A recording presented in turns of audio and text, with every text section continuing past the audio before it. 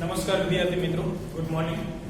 આપણે લાસ્ટ લેક્ચરની અંદર ગુરુત્વ સ્થિતિમાં એના વિશે ભણી ગયેલા હતા અને મેં તમને શીખવાડેલું હતું કે એનું જનરલ સૂત્ર જે છે એ -g ઇન્ટુ જે પદાર્થનું તમારે સ્થિતિમાન મેળવવાનું હોય એનું દળ અને છેદમાં જે બિંદુએ તમારે સ્થિતિમાન મેળવવાનું હોય તે બિંદુથી પદાર્થનું અંતર.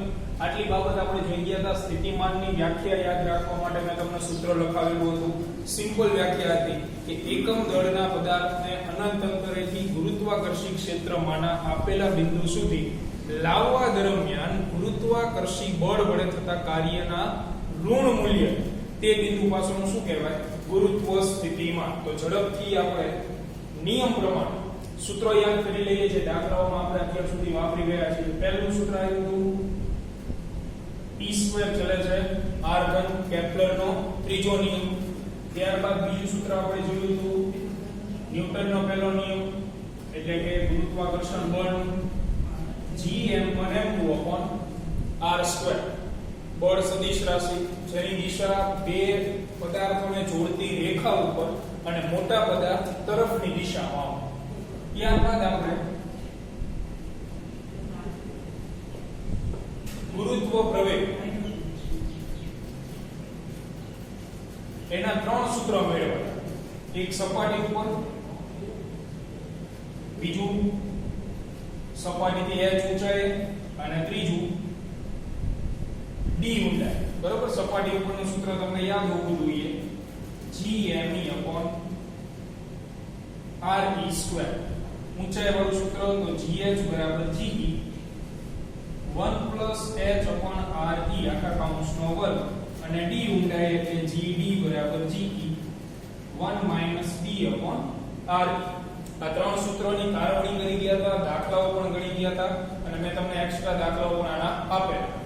ત્યાર પછીની રાશિ આપણે ભણી ગયા ગુરુત્વાકર્ષી તીવ્રતા ઇન્ટેન્સિટી, જેનું સૂત્ર હતું I = F/m, જે સદિશ રાશિ હતી. અને આ રાશિ કોના સમતુલ્ય મળી હતી તમને? તો કે ગુરુત્વ પ્રવેગને આપણે SI કંપનીના સરખા મેળવ્યા. અને છેલ્લે સૂત્ર મળી ગયું આપણને સ્થિતિમાન. જે સૂત્ર હતું કાર્યના છેદમાં દળ અને આપણે નવું સૂત્ર એના ઉપરથી મેળવ્યું હતું -Gme/r.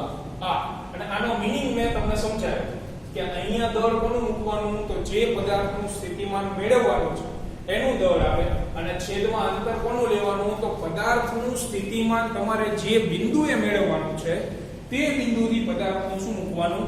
અંતર મૂકવાનું. બરોબર છે. તો આટલી બાબતો અત્યાર સુધીમાં આપણે ભણી ગયેલા છીએ અને હવે આપણે આજના લેક્ચરમાં સ્થિતિમાનના દાખલાઓ ઉપર ધ્યાન કેન્દ્રિત કરીશું. તો મેં તમને ગઈકાલે કીધું હતું સ્વાધ્યાયનો 8.22 નંબરનો દાખલો થોડા ઘણા વિદ્યાર્થીઓએ મને સોલ્યુશન મોકલેલા પણ છે. એમાંથી ઘણા બધાના સાચા પણ છે, જેને મહેનત કરી ધ્યાન આપેલું હતું લેક્ચરમાં એને સાચા જવાબ આવ્યા છે. બાકી ટ્રાય કરેલી છે એ બધાને કોંગ્રેચ્યુલેશન. કઈ વાંધો નહીં, ટ્રાય કરતી રહેવાની. બરોબર. અને જેને જવાબ નથી આવ્યો એ ધ્યાન આપીને અહીંયા જોઈ લે કે કઈ જગ્યાએ એમને મિસ્ટેક કરેલી હતી. તો સ્વાધ્યાયનો 8.22 નંબરનો દાખલો કે તમે પાઠ્ય પુસ્તકમાં શીખી ગયા છો કે ભૂસ્થિર ઉપગ્રહ પૃથ્વીની આસપાસ પૃથ્વીની સપાટીથી લગભગ 36,000 કિલોમીટર ઊંચાઈ ધરાવતી કક્ષામાં ભ્રમણ કરે છે. આપણે ભૂસ્થિર ઉપગ્રહ વિશે આ ચેપ્ટરમાં ભણવાનું છે, પણ છેલ્લો ટોપિક આવશે. બરોબર છે. એટલે એની ચર્ચામાં ક્યાં નથી કરવાનું. આપણે આકૃતિ બનાવીએ કે ભૂસ્થિર ઉપગ્રહ પૃથ્વીની સપાટીથી 36,000 કિલોમીટર ઊંચાઈ હોય. તો આ પૃથ્વીનું કેન્દ્ર સપાટીથી 36,000 કિલોમીટરની ઊંચાઈ. સપાટી આવી આવે એટલે અહીંયાથી આ જગ્યાએ કે ભૂસ્થિર ઉપગ્રહ જે છે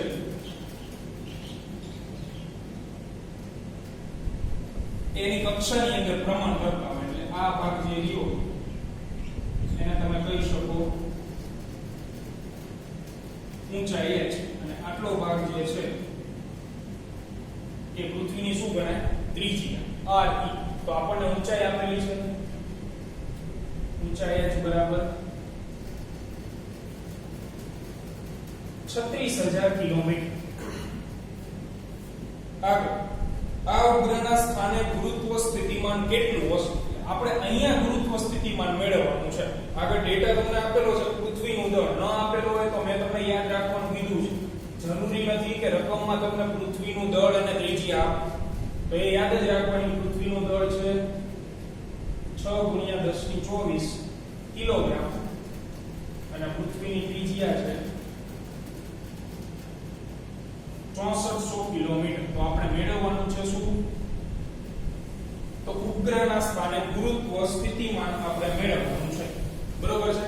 તો અહીંયા તમારે સ્થિતિમાન મેળવવું હોય તો ગુરુત્વ સ્થિતિમાનનું સૂત્ર આપણે જાણીએ છીએ કે પૃથ્વીની સપાટીથી h ઊંચાઈએ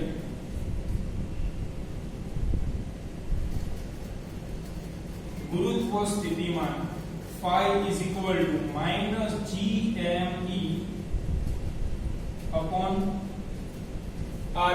એમાં r એટલે કોણ મેં કીધું હતું? તો તમારે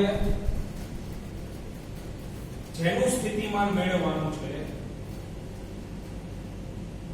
એનું પૃથ્વીના કેન્દ્રથી આપણે આ ઉપગ્રહનું સ્થિતિમાન મેળવવું. પૃથ્વીના કેન્દ્રથી અંતર એટલે આટલું અંતર થાય, જેને હું દર્શાવીશ સ્મોલ r વડે. એટલે પહેલું કામ તમારે સ્મોલ r મેળવવું પડશે. તો આને સમીકરણ નંબર 1 આપો. તો સ્મોલ r બરાબર શું લખી શકાય? તો કે re વત્તા h આ બેનો સરવાળો. re 6400 કિલોમીટર છે વત્તા ઊંચાઈ છે 36000 કિલોમીટર. તો 6400 વત્તા 36000 એ તમને મળશે 42400.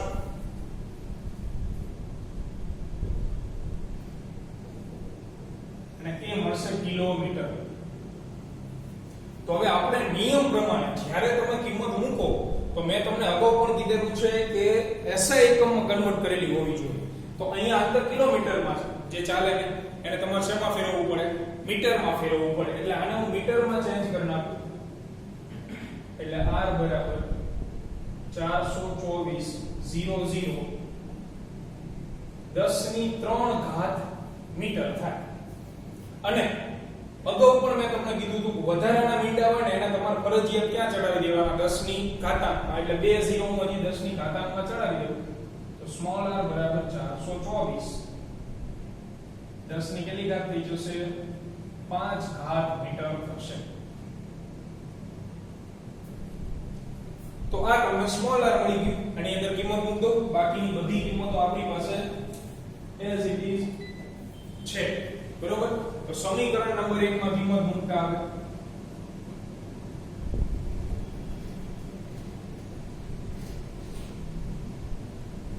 તેથી phi is equal to minus capital G ની કિંમત 6.67 10⁻11 ગુણ્યા mv એટલે પૃથ્વીનું દળ 6 × 10⁻24 અને છેદમાં સ્મોલ r એટલે કે 424 10⁵ તો કેલ્ક્યુલેટર ની અંદર 6.67 ગુણ્યા 6 ભાગ્યા 424 કરો અને ઘાતાંકનો હિસાબ કરો એટલે છેલ્લે એનો આન્સર તમને મળશે 0.09438 0.09438 મળે. બરોબર છે? આ 5 ઉપર જાય એટલે -5 થઈ જાય. તો -11 ને -5 16. 24 માંથી 16 તમે કાઢો એટલે 8 વધે. SI એકમ ભૂલવાનો નહીં, નહીંતર અડધો માર્ક કપાઈ. તો સ્થિતિમાનનો SI એકમ શું હોય? તો સ્થિતિમાન એટલે શું? દળ છેદમાં આવે અને અંશમાં આવે કાર્ય. એટલે એનો SI એકમ થાય જૂલ પ્રતિ કિલોગ્રામ.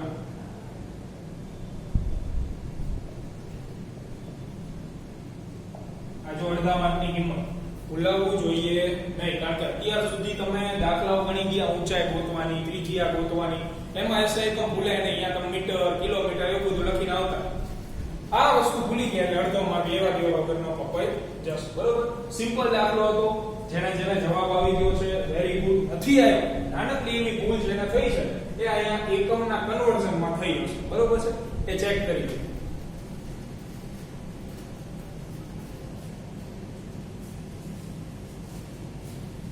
હવે આગળ વધીએ.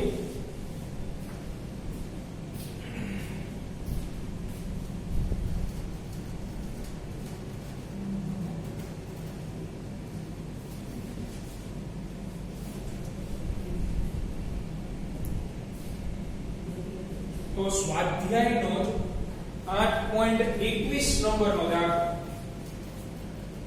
એટલે એક્ઝેક્ટલી એના ઉપર.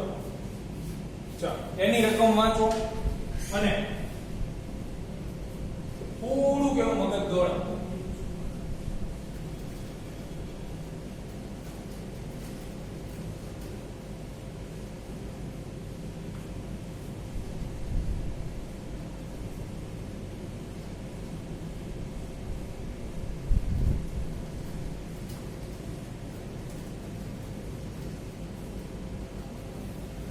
તો સ્વાધ્યાયનો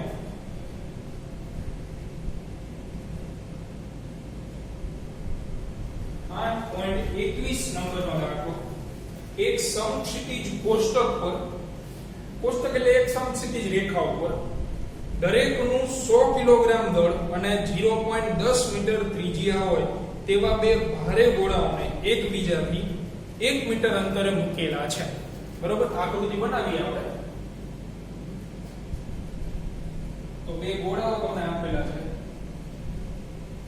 અને આ બે ગોળાનું દળ સરખું છે, એટલે બે ગોળાનું દળ લખવું m1 ને m2, તો એ બે સરખા જ આપેલા છે. એટલે m1 બરાબર m2 બરાબર m ઇક્વલ ટુ કેટલા છે?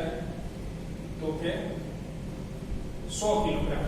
બેની ત્રિજ્યા પણ સરખી જ છે. આની ત્રિજ્યા હું કહી દઉં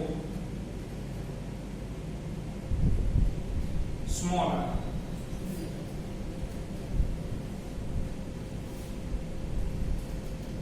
એ જ રીતે આની ત્રિજ્યાને પણ હું કહી દઉં સ્મોલ. તો બેની ત્રિજ્યાઓ પણ એક જ સરખી છે. એટલે ત્રિજ્યા r1 બરાબર r2 બરાબર r ઇક્વલ ટુ 0.10 ત્રિજ્યાઓ પણ સરખી છે. હવે બંનેના કેન્દ્ર વચ્ચેનું અંતર તમને આપેલું છે 1 મીટર. એટલે આ બંને ગોળાઓના કેન્દ્રો વચ્ચેનું અંતર હંમેશા તમને વર્તુળાકાર પદાર્થ વચ્ચેનું અંતર કે ને એટલે હંમેશા કેન્દ્ર વચ્ચેનું અંતર જ લેવાનું. બરોબર છે? તો આ આપણને આપેલું છે ડિસ્ટન્સ d કહી દઉં અને તો ડિસ્ટન્સ d આપણને 1 મીટર જેટલું આપેલું છે.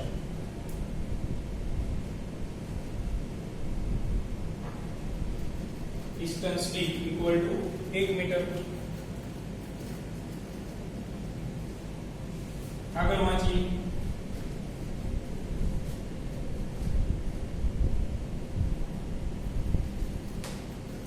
તો હવે પ્રશ્ન આવે કે ગોળાઓના કેન્દ્રને જોડતી રેખા, ગોળાઓના કેન્દ્રને જોડતી રેખા એટલે આ બ્લેક લાઈન રહી એ બંને ગોળાના કેન્દ્રને જોડે છે. એના મધ્ય બિંદુએ ગુરુત્વ બળ અને ગુરુત્વ સ્થિતિમાન કેટલા હશે?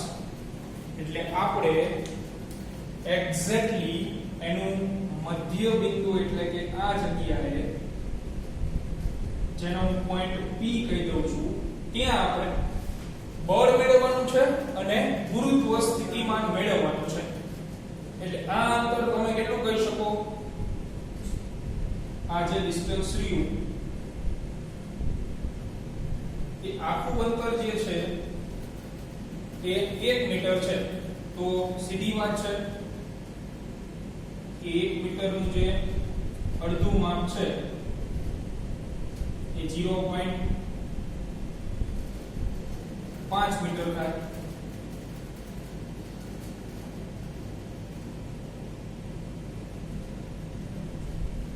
બરોબર, આ ડિસ્ટન્સ 0.5 મીટર છે. હવે આ જગ્યાએ આપણે બળ મેળવવાનું છે અને સ્થિતિમાન મેળવવાનું છે.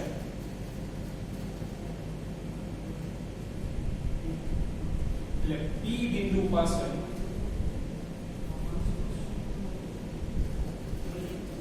બળ અને સ્થિતિમાન આપણે મેળવવાના છે. બરોબર?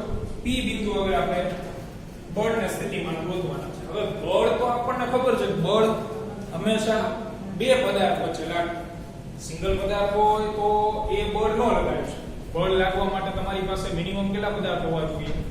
બે પદાર્થ હોવા જોઈએ. બરોબર છે? એટલે P બિંદુ પાસે કોઈ પદાર્થ હાજર છે જ નહીં. એટલે પહેલું કામ આપણે શું કરશું કે P બિંદુ પાસે નાનકડો એવો દળ ધરાવતો કોઈ પદાર્થ તમે ધારી, જેથી કરીને તમે P બિંદુ પાસે જે પદાર્થ હશે એના ઉપર પહેલા ગોળા વડે લાગતું અને બીજા ગોળા વડે લાગતું બળ તમે સહેલાઈથી મેળવી શકો. આને હું ગોળો નંબર 1 કહી દઉં છું અને આવડો ગોળા નંબર 2. બરોબર છે? એટલે સૌથી પહેલું કામ કે P બિંદુ પાસે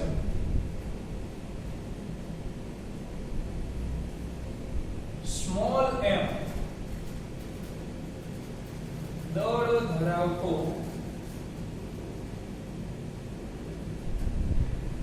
કોઈ એક કણ ધારો. ધ્યાન રાખજો, મૂળ મુદ્દો ધારવાની વાત કીધી છે, હકીકતમાં ક્યાં છે નહીં. બરોબર? અહીંયા સ્મોલ m દળ ધરાવતો કોઈ એક કણ પડેલો છે તેમ તમે ધારી. તો હવે નાનકડા એવા દળ ઉપર કોણ બળ લગાડે? તો અગાઉ પણ આપણે વાત થઈ હતી કે નાના પદાર્થ ઉપર હંમેશા મોટો દળ ધરાવતો પદાર્થ જે છે એ બળ લગાડે. એટલે અહીંયા જો તમે પદાર્થ મૂકો તો એના ઉપર આ ગોળા વડે બળ લાગે અને આ ગોળા વડે પણ બળ લાગશે. બરોબર છે? આ વાત થઈ હતી આપણે ક્યારે? કે જ્યારે પૃથ્વી ઉપરથી અવકાશયાન સૂર્ય તરફ મૂકવામાં આવેલું હતું ત્યારે. બરોબર? અહીંયા એવી જ વાત. તો અહીંયા જે પદાર્થ હશે એના ઉપર આ પહેલો ગોળો બળ લગાડે અને બીજો ગોળો બળ લગાડે. આપણે બેયના મૂલ્ય ગોતીએ કે P બિંદુ પાસે રહેલા કોણ પર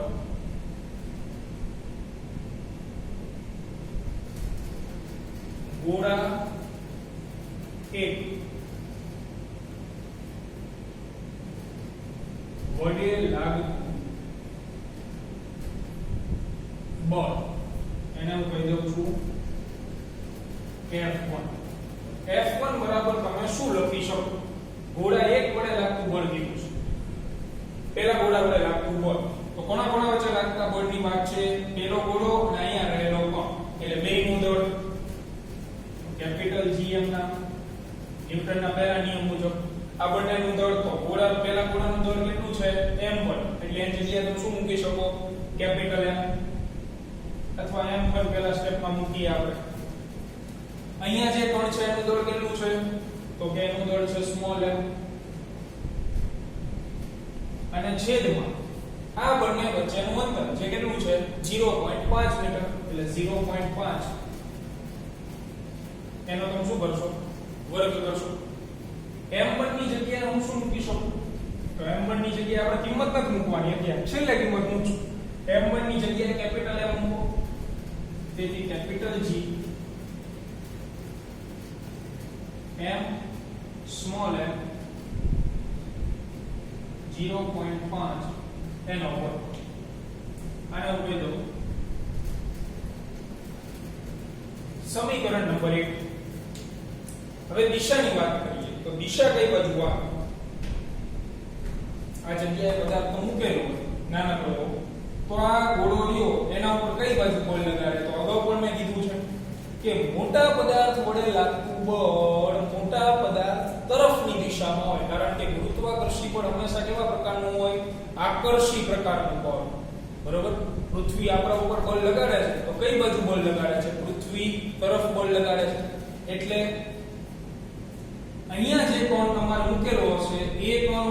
પહેલા ગોળા વડે લાગતું બળ કઈ બાજુ હોય તો પહેલા ગોળા તરફની દિશામાં, કારણ કે આ ગોળો એને પોતાના દળ વડે ખેંચવાની ટ્રાય કરે ગુરુત્વાકર્ષણ બળને લીધે,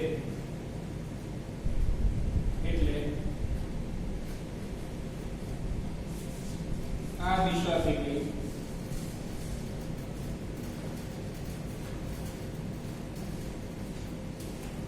F1 ની, એટલે કે પહેલા બળની દિશા થઈ આ, બરોબર. પહેલું બળ જે છે એ ડાબી બાજુ લાગે, અને તમે જ્યારે દિશા દર્શાવો ને એટલે એક બાબત યાદ રાખવાની, રાશિ ઉપર તમારે શું કરી નાખવાની, આવી રીતે નિશાની કરી નાખો. કદાચ અત્યારે તમે ન કરો તો ચાલે, કારણ કે તમે સદિશ વિશે ભણ્યા નથી, અત્યારે આપણે ચલી લીધી, ચલો નથી નિશાની કરી, બરોબર છે. F1 આ બાજુ લાગે. હવે એ જ રીતે હું પોતે બીજા ગોળા વડે આના ઉપર કેટલું બળ લાગે,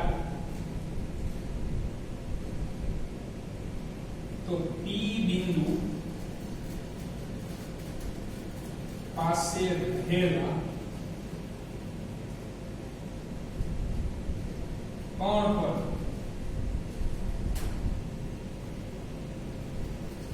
ગોળા બે વડે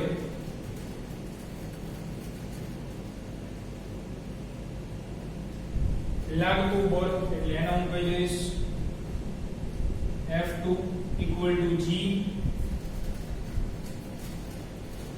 બીજા ગોળાનું દળ તો કેટલું છે M2, કણનું દળ સ્મોલ m છેદમાં એ બંને વચ્ચેનું અંતર, તો આ બે વચ્ચેનું અંતર કેટલું થશે 0.5, કારણ કે આખું ડિસ્ટન્સ કેટલું છે 1 મીટર છે, અને આ છે એ મધ્ય બિંદુ છે, એટલે છેદમાં આવશે 0.5 નો વર્ગ equal to G m m upon 0.5 નો વર્ગ. આને આપણે કહી દઈએ સમીકરણ નંબર 2. હવે તમે ધ્યાનથી જુઓ, સમીકરણ નંબર 2 મળી ગયું તમને. આ બળ કઈ બાજુ હશે તો બીજો ગોળો એટલે આને પોતાની તરફ શું કરે, ખેંચવાની ટ્રાય કરે. આ મોટો છે આના કરતા તો, બરાબર છે. એટલે આના વડે આના ઉપર લાગતું બળ કઈ બાજુ હોય, એની તરફ, મોટા પદાર્થ તરફની દિશામાં. એટલે આ બાજુ આવશે, આ આવશે F2. તો હવે સમીકરણ 1 અને 2 ઉપરથી બે બળના મૂલ્ય તો સરખા છે, તો મૂલ્ય સરખા હોય પણ દિશા વિરુદ્ધ, તો પરિણામી બળ શું થાય, શૂન્ય થઈ જાય. દાખલા તરીકે આ બોલ પેન છે અને હું આ બાજુ 5 ન્યૂટન બળથી ખેંચું, એવી જ રીતે આ બાજુ 5 ન્યૂટન બળથી ખેંચું, તો 5 ન્યૂટન ને 5 ન્યૂટન મૂલ્ય સરખા છે, પણ બે બળની દિશા કેવી છે, વિરુદ્ધ છે. એટલે બોલ પેન ઉપર લાગતું પરિણામી બળ શું ગણાય, 0 ન્યૂટન. એવી જ વાત અહીંયા છે, તો સમીકરણ 1 માં જે તમને પદ મળે છે, કિંમત નથી મૂકી, આપણે કિંમત મૂકો તો આ જ આવવાનું છે આના જેવું. અને સમીકરણ નંબર 2 માં તમને જે પદ મળે છે, બે પદ કેવા દેખાય છે, એક સરખા દેખાય. એટલે સમીકરણ ઉપરથી મૂલ્ય સરખા મળે છે, પણ આકૃતિ ઉપરથી દિશા કેવી મળે છે, વિરુદ્ધ. એટલે પરિણામી બળ શું થઈ જાય, P બિંદુ પાસે 0 ન્યૂટન થઈ જશે. એ સ્થિતિમાનની વાત બાકી છે, બરોબર.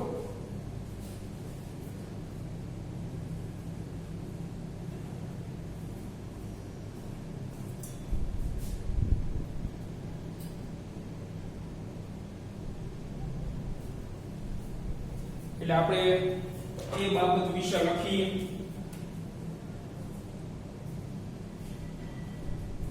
કે સમીકરણ 1 અને 2 ઉપરથી બળના મૂલ્યો સરખા મળે છે.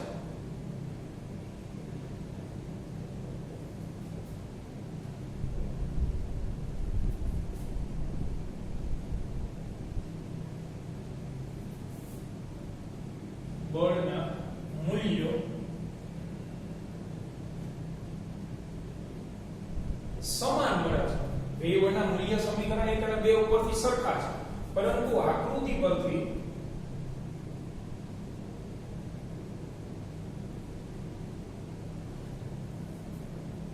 બંને બળોની દિશાઓ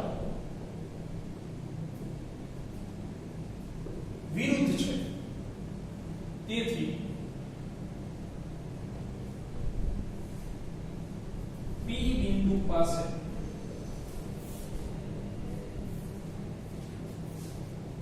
પરિણામી બળ કેવું જોવા મળે તમને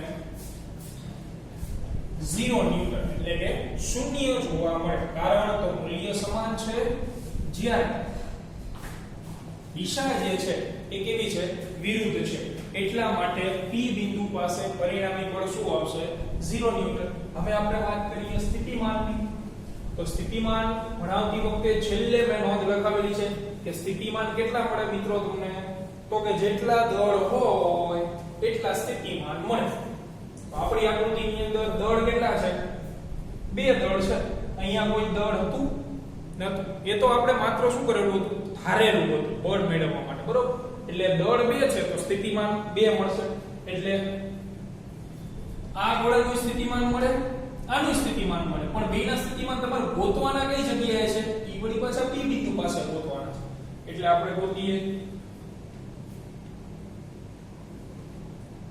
ગોળા એકનું સ્થિતિમાન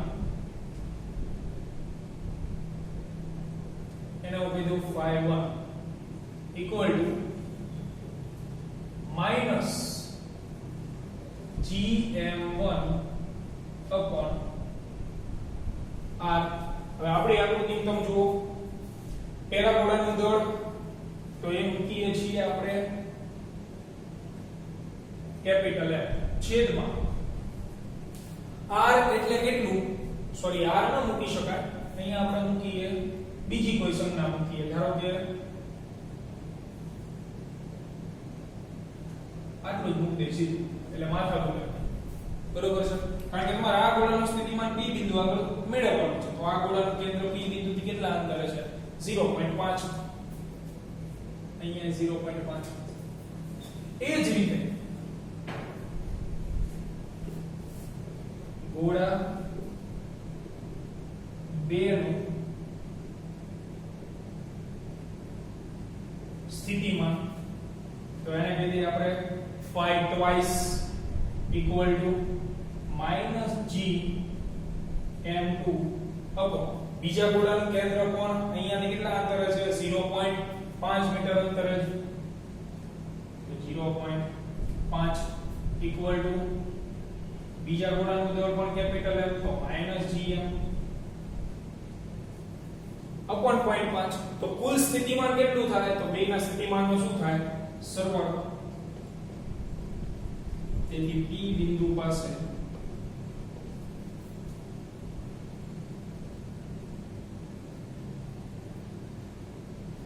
કુલ સ્થિતિમાન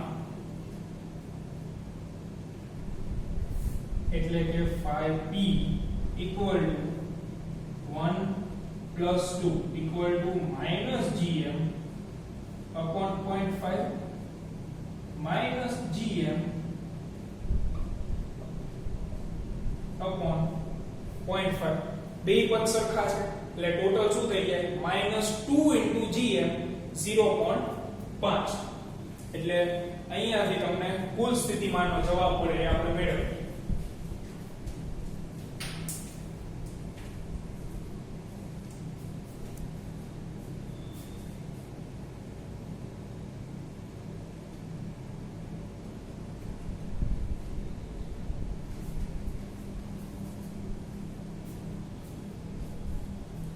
તો કિંમતો મૂકીએ એટલે જવાબ મળશે આપણને હવે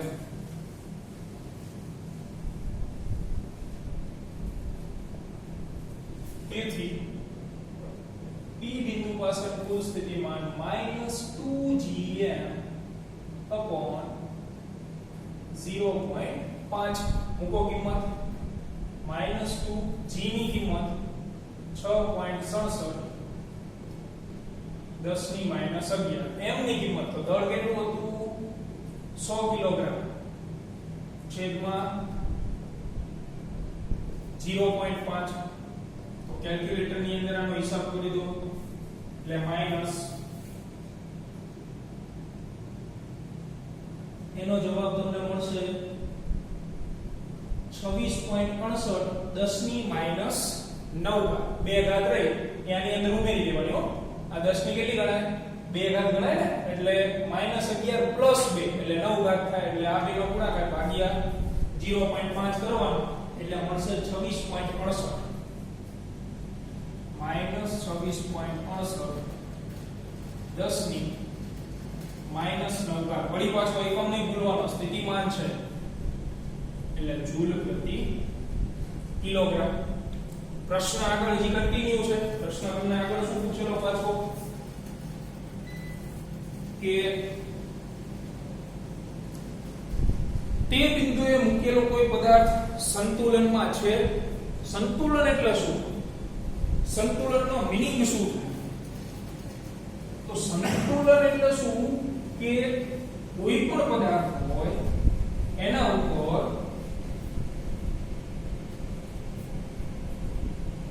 કોઈ જ પ્રકારનું બળ ન લાગતું હોય તો એ પદાર્થ શું કહેવાય? સંતુલનમાં કહેવાય. સંતુલનના હકીકતમાં બે પ્રકાર આવે. એમાં પૂછેલું છે કે સ્થિર સંતુલન કે અસ્થિર સંતુલન. હવે સ્થિર સંતુલન એટલે શું કે વર્ષોના વર્ષ નીકળી જાય છતાં એ પદાર્થ ત્યાંથી ખસે નહીં.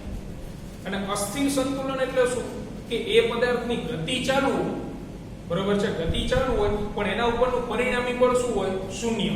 એટલે સ્થિર સંતુલન ને અસ્થિર સંતુલન વિશે તમે જાગગતિ નામનો ચેપ્ટર છે એમાં ભણવાના છો. એટલે અત્યારે આપણે એની ડિટેલમાં કઈ ઉતરવું નથી, ખાલી પ્રશ્નોના જવાબ હું તમને કહી દઉં કે ભાઈ પ્રશ્ન પૂછેલો છે કે તે બિંદુએ મૂકેલો પદાર્થ સંતુલનમાં ગણાય તો કે આ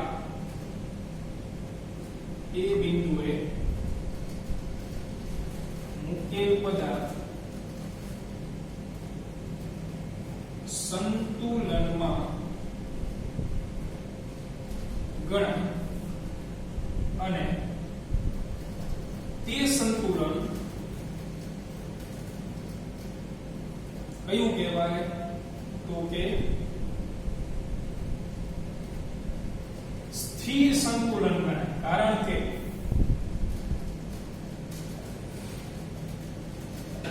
P બિંદુ પાસે બળ લાગતું નથી એટલા માટે એ સંતુલન કયું ગણાય? સ્થિર સંતુલન. હા, તમે P બિંદુથી ડાબી બાજુ અથવા જમણી બાજુ પદાર્થને ખસેડો તો એ સંતુલન કેવું થઈ જાય? અસ્થિર થઈ જાય. એટલે અસ્થિર સંતુલન એટલે અસંતુલિત પદાર્થ, બરોબર છે. કયા પ્રકારનું સંતુલન ગણાય? એટલે સંતુલન એક જ પ્રકારનું હોય, સ્થિર સંતુલન. અસ્થિર સંતુલન એનો મીનિંગ એવો થાય કે અસંતુલિત પદાર્થ. આમ કે અસ્થિર સંતુલન, તો અસ્થિર સંતુલન એટલે અસંતુલિત જ થયો હોય અને અસંતુલિત એટલે એના ઉપરનું પરિણામી બળ 0 હોઈ શકે નહીં, બરોબર. તો આ દાખલો અહીંયા પૂર્ણ થાય. પણ આને લગતી બીજી બાબત હું તમને લખાવી દઉં કે તમારે એક માર્કમાં ક્યારેક પૂછાય અને ધોરણ 12 ની અંદર પણ આવશે કે what is તટસ્થ બિંદુ એટલે કે નલ પોઈન્ટ. તટસ્થ બિંદુ કોને કહેવાય? તટસ્થ બિંદુ એટલે એવું બિંદુ કે બે પદાર્થોને જોડતી રેખા ઉપર જોવા મળતું એવું બિંદુ કે જે જગ્યાએ બળ 0 હોય, ક્ષેત્ર 0 હોય, દરેક રાશિ 0 જોવા મળે તે બિંદુ પાસે. એવા બિંદુ શું કહેવાય? નલ એટલે કે 0 એટલે કે તટસ્થ બિંદુ કહેવાય. એટલે એની સિમ્પલ વ્યાખ્યા કે બે પદાર્થોને જોડતી રેખા પરનું એવું બિંદુ કે જ્યાં બળ શૂન્ય હોય. કહેવાનો મીનિંગ બળ શૂન્ય હોય એટલે બાકીનું બધું શૂન્ય જ હોય, કારણ કે બળ જ ન લાગતું હોય તો તે પદાર્થ કેવો હોય? સ્થિર. ના એની પાસે ગતિ ઊર્જા હોય, ના એની પાસે કોઈ કાર્ય કરવાની ક્ષમતા હોય. સ્થિર હોય એટલે સ્થિતિ ઊર્જા હોય. એટલે આપણે જ્યાં બળ 0 મળે અથવા તો ક્ષેત્ર 0 મળે એવા બિંદુને શું નામ આપશું? તટસ્થ બિંદુ નામ આપશું અથવા તો નલ પોઈન્ટ નામ આપીશું. અને હવે આપણે એકાદો એક્સ્ટ્રા દાખલો જોઈએ સ્થિતિમાન વિશેનો, કારણ કે બુકની અંદર તો તમને સ્થિતિમાનનો આ એક જ દાખલો આપેલો હતો. હકીકતમાં બે દાખલા થયા. કે બે દાખલાઓ આપેલા પણ હજી એકાદ બે દાખલા જોઈએ જેથી કરીને સ્થિતિમાનનો કોન્સેપ્ટ ક્લિયર થઈ જાય કારણ કે નેક્સ્ટ ડે થી આપણે નવા કોન્સેપ્ટ વિશે ભણવાનું છે બરોબર છે તો હવે એક દાખલો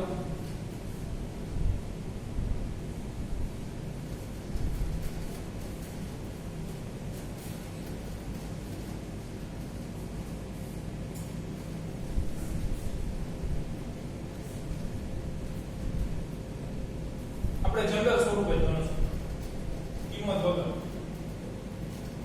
કે એક સમબાજુ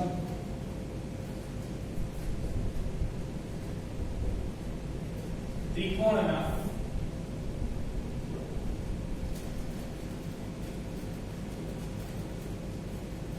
શિરોબિંદુઓ પર કેપિટલ M દળના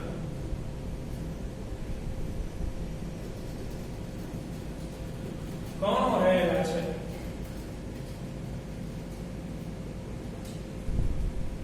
તો ત્રિકોણના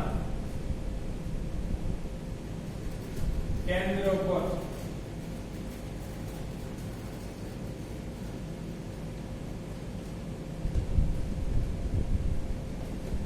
કુલ સ્થિતિમાન મેળવો બરાબર આકૃતિ જોઈએ આપણે કે એક સમબાજુ ત્રિકોણ છે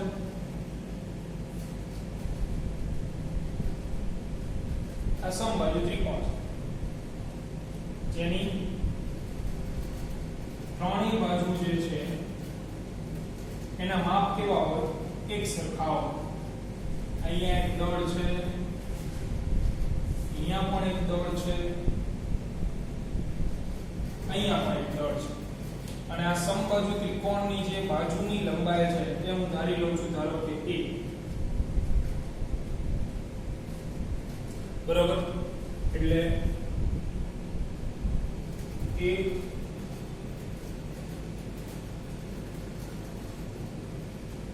એ બાજુની લંબાઈ વાળો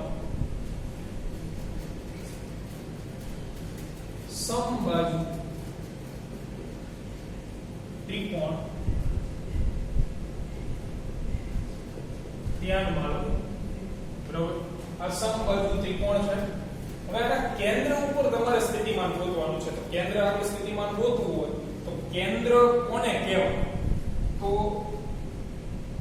આ પ્રમાણે એની જે મધ્યગાળો હોય એનું જે છેદ બિંદુ હોય આને શું કહેવાય સમબાજુ ત્રિકોણનું કેન્દ્ર કહેવાય જેને હું નામ આપી દઉં છું O એટલે આપણે મેળવવાનું શું છે તો કે આ વસ્તુ આપણે મેળવવાની છે O બિંદુ પાસેનું કુલ સ્થિતિમાન મેળવવાનું છે તો હવે આપણા નિયમ પ્રમાણે સ્થિતિમાન ગોતવું છે સમબાજુ ત્રિકોણ છે સમબાજુ ત્રિકોણ હોય તો દરેક ખૂણા કેટલા માપના હોય 60 ડિગ્રી હોય ને દરેક ખૂણાનો બરોબર એમાં આ જે છે એનો અડધો ભાગ થઈ ગયો ખૂણાનો એટલે આ માપ તમે કેટલું કહી શકો 30 ડિગ્રી કહી શકો હવે મારે માપ કયું જરૂર પડે તમારે O બિંદુ પાસે સ્થિતિમાન મેળવવું છે તો કેટલા સ્થિતિમાન મળે તમને O બિંદુ પાસે O બિંદુ પાસે કેટલા સ્થિતિમાન મળે સિમ્પલ વસ્તુ આકૃતિમાં જેટલા દળ દેખાય એટલા સ્થિતિમાનો એટલે અહીંયા હું આ ત્રણેય શિરોબિંદુને નામ આપી દઉં છું આ જગ્યાએ ધારો કે આનું નામ છે A આ શિરોબિંદુનું નામ છે B આનું નામ છે C ત્રણેય ઉપર M દળ દેખાય છે સ્થિતિમાન કેટલા આવશે 3 ત્રણેયનો સરવાળો કરી નાખો 5 1 5 2 5 3 સ્થિતિમાનનું સૂત્ર બોલો તો કે -g કોનું સ્થિતિમાન ગોતવાનું જેટલા દળ છે એ ઉપર દળ કેટલું m એટલે -g છેદમાં એનું અંતર એટલે અંતર કેટલું મૂકવાનું તો કે a નું સ્થિતિમાન તમારે કઈ જગ્યાએ ગોતવાનું છે O બિંદુ પાસે ગોતવાનું છે એટલે a અને O વચ્ચેનું અંતર એટલે અહીંયા તમારે લખવું પડશે O અને A વચ્ચેનું અંતર એટલે -OA એવી જ રીતે બી બિંદુ આગળનું સ્થિતિમાન તમારે બી બિંદુના લીધે ઓ બિંદુ પાસે સ્થિતિમાન ગોતવાનું છે. બી ઉપર દળ કેટલું કેપિટલ છે વળી પાછું માઈનસ જી છેદમાં કેટલું ડિસ્ટન્સ તો બી નું સ્થિતિમાન ક્યાં ગોતવું છે કેન્દ્ર એટલે કે ઓ પાસે એટલે બી થી ઓ એ જ રીતે માઈનસ જીએમ ઓ થી સી આનું વિધેય એટલું થાય દળ એટલું છે અંતર ઓસી. હવે પ્રશ્ન એ ઉભો કે ઓએ ઓબી ઓસી આ ક્યાંથી લાવવા સમીકરણ નંબર 1 નથી તમારી પાસે આ માપ નથી આવડું આ માપ નથી આવડું તો એના માટે ત્રિકોણ છે. આ ત્રિકોણ તમને જે દેખાઈ રહ્યો છે અહીંયા નામ આપી દઈએ આપણે પોઈન્ટ બી બરોબર. હવે આ માપ જે છે આખું એ a હોય તો આ મધ્ય બિંદુ છે એટલે આ માપ કેટલું થઈ જાય a/2 થઈ જાય. તો ધોરણ 10 ની અંદર તમે વિધેયો વિશે ભણેલા છો. sin વિધેય એટલે સામેની બાજુ છેદમાં કર્ણ, cos વિધેય એટલે પાસેની બાજુ છેદમાં કર્ણ અને tan વિધેય એટલે સામેની બાજુ છેદમાં પાસેની બાજુ. તો આમાં તમારે ગોતવાનું શું છે આ ત્રિકોણ તમે ધ્યાનમાં લો BOD ત્રિકોણ BOD ની અંદર તમારે શું મેળવવાનું છે તો કે OB માપ મેળવવાનું છે એટલે આવડું આ માપ તમારે ગોતવાનું છે બરાબર. તો હવે OB એટલે કર્ણ થયું. કર્ણ આ કાટકોણ ત્રિકોણ છે બરાબર એ કર્ણ થયું. તો સામેની બાજુનું માપ મારી પાસે છે પણ પાસેની બાજુનું માપ તો છે એટલે હું વિધેય વ્યાખ્યાયિત કયું કરીશ cos વિધેય. cos 30 ડિગ્રી ઇક્વલ ટુ પાસેની બાજુ છેદમાં કર્ણ. પાસેની બાજુનું માપ કેટલું BD પાસેની બાજુ BD છેદમાં કર્ણ એટલે OB થાય. OB કર્ણ થશે. હવે એમાંથી OB મારે મેળવવાનું છે તો OB કરતા બને તો અને BD નું માપ આપણી પાસે છે a/2 તો એના ઉપરથી તમને OB ખૂબ જ સરળતાથી મળી જાય. cos 30 ની કિંમત તમને યાદ હોવી જોઈએ. જે ધોરણ 10 ની અંદર કોષ્ટક તમારે વિધેયોનું આવી ગયું છે એના મુજબ cos 30 ની કિંમત કેટલી થશે તો કે √3/2 એટલી કિંમત cos 30 ની થાય.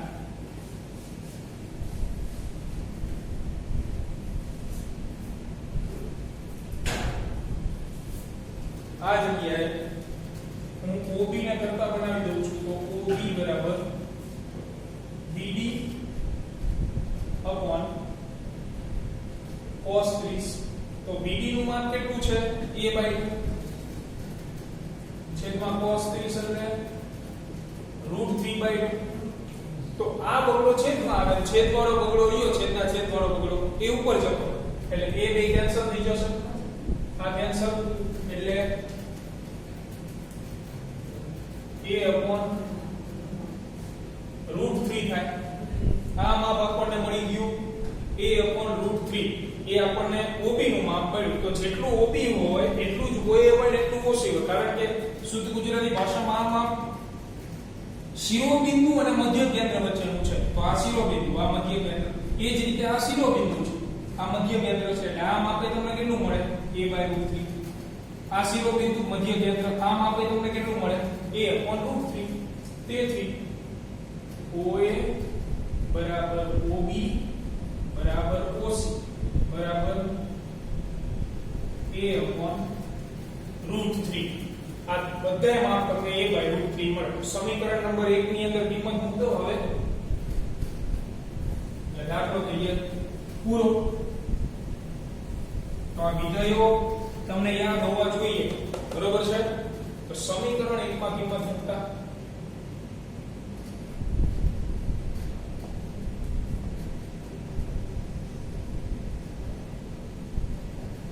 તેથી phi at O minus gm upon a/√3 minus gm upon a/√3 minus gm upon a/√3 છેદનો છેદ અંશમાં આવી જાય તો -√3gm upon a -√3gm upon a અને એ જ રીતે -√3gm upon a તો ત્રણેય પદ સરખા છે એટલે તમે આને લખી શકો ત્રણેય કોમન કાઢો એટલે અંદર કઈ વધે નહીં એકડો વધે 1 + 1 + 1 એટલે 3 થઈ જાય એટલે O બિંદુ પાસેનું કુલ સ્થિતિમાન આવશે -3√3 gm upon a that is our required answer બરોબર તો મેથડ યાદ રાખો કે તમારે જ્યારે પણ સ્થિતિમાન ગોતવાનું હોય તો જેનું સ્થિતિમાન ગોતવાનું હોય એનું દળ લેવાનું અંશમાં અને જે બિંદુએ ગોતવાનું હોય તે બિંદુથી તે દળનું શું લેવાનું અંતર લેવાનું રહે અને આ જ રીતે હું તમને એક દાખલો હોમવર્કમાં આપું છું કે ચોરસના ચારે ખૂણા પર કેપિટલ M દળ મૂકેલ છે અહીંયા બાજુની લંબાઈ કોમન કરી નાખીએ એટલે કોઈને તકલીફ ન હોય એ લંબાઈ ધરાવતા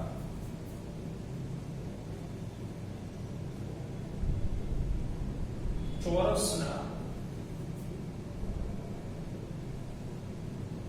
ચારે ખૂણાઓ પર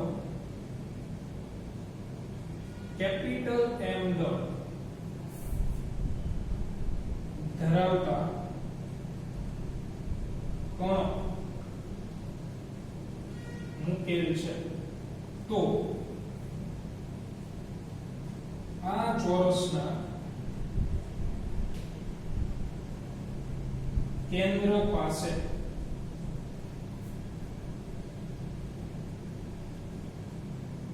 કુલ સ્થિતિમાન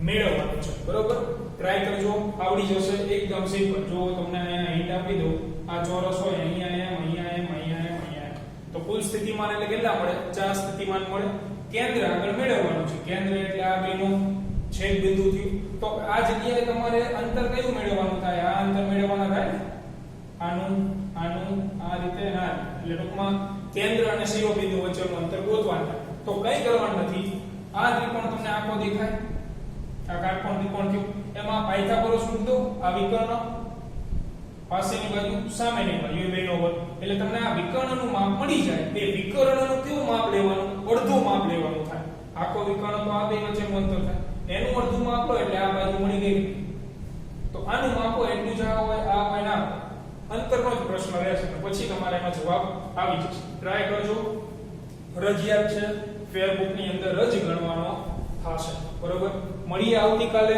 નવા ટોપિક સાથે અને નવી થિયરી સાથે